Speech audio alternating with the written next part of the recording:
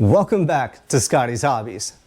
We all know House Joint Resolution 87, 88, and 89 have passed the House and moved on to the Senate. Those are the bills that are going to stop CARB, no more smogs. What is going to happen next? In the next coming weeks, that is. And what are CRAs? Should CRAs be applicable to the rules that are being rescinded because of these CRAs?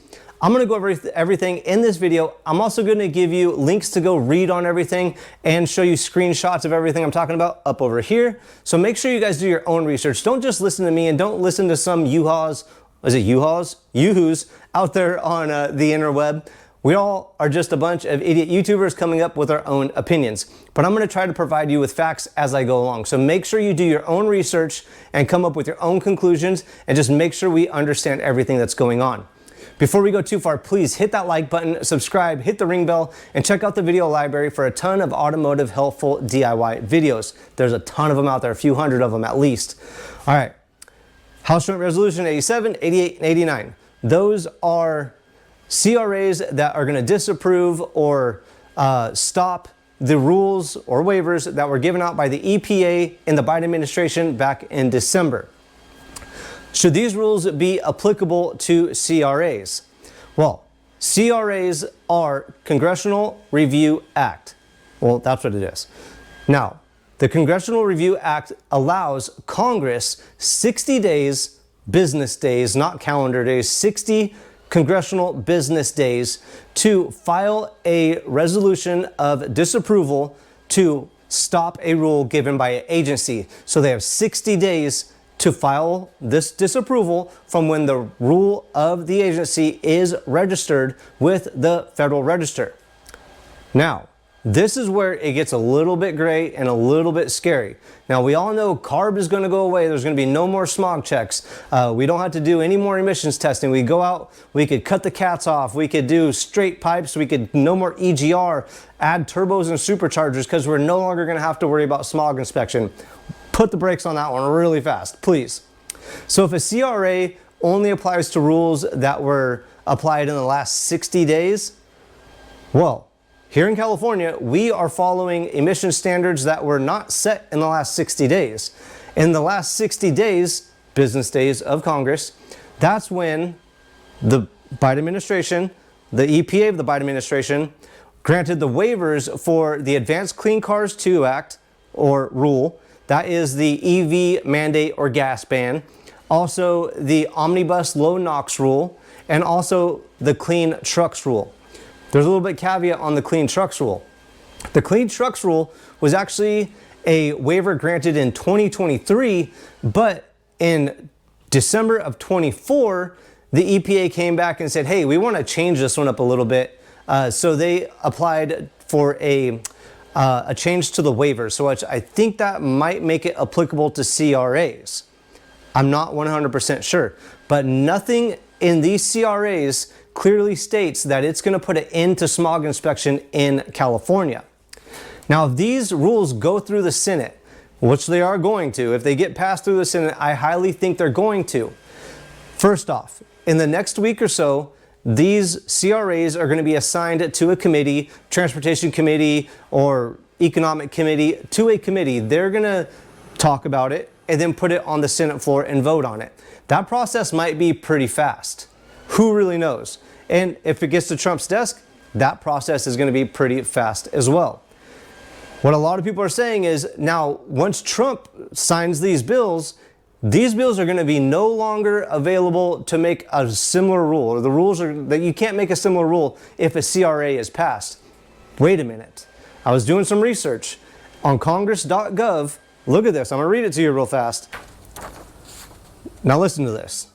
If a joint resolution of disapproval is enacted, it only invalidates the rule in question. It also bars the agency from issuing another rule in substantially the same form as the disapproved rule, unless Congress authorizes the agency to do so in a subsequent law. So what does that mean? That means the next time the Democrats have control of the House, the Senate, and the presidency, a Democrat or representative from California or New Jersey could go up and apply or file a bill or introduce a bill that says we the people want to reenact the Advanced Clean Cars 2 rule, or the Omnibus Low NOx rule, or the Clean Trucks rule. If that passes through their houses, the Senate, the House, and goes on to the president, they could make a very similar law. So this could go back and forth. Who really knows? And we all know it's never going to be just straight Republican House and Senate and president forever. It's going to change. That's just what history shows us. And we got to follow what history shows us, right? Because that's the only way that we know how something is going to happen. We could assume that. So given what this says, it says, unless Congress authorizes the agency to do so with a subsequent law. To me, that sounds like a representative can introduce a bill and make these rules come back. What do you think about that? Am I wrong on that? And even before it gets to that point, if a judge rules against these CRAs and says that the CRAs are not applicable to these rules granted by the EPA, what's going to happen then? Oh, but the judge is going to get arrested because they're not following President Trump's order. He's going to go straight to jail. I don't know about that. Because the only judges that are getting locked up and going to jail are actual judges that are harboring fugitives, hiding fugitives, defending physically fugitives or immigrants.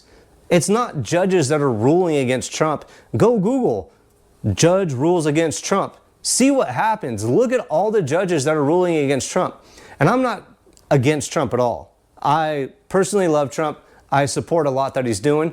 I'm way more in making sure that you guys don't go out and just start modifying your vehicles, and 2 months, a year, you get your registration notice and it says you need a smog, and you're like, oh crap, I cut my cats off. I put turbos on. I've done a bunch of stuff that I can't reverse super fast, or it's going to cost me so much.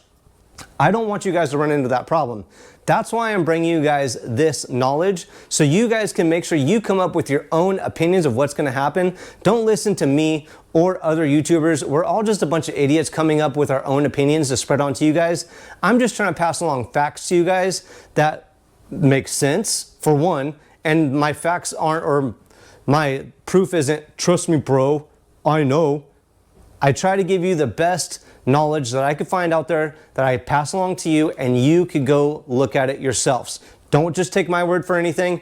Do your own research, please.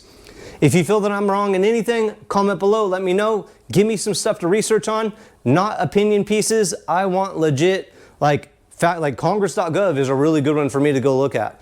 Stuff like that, where it's actual real knowledge, not opinion pieces.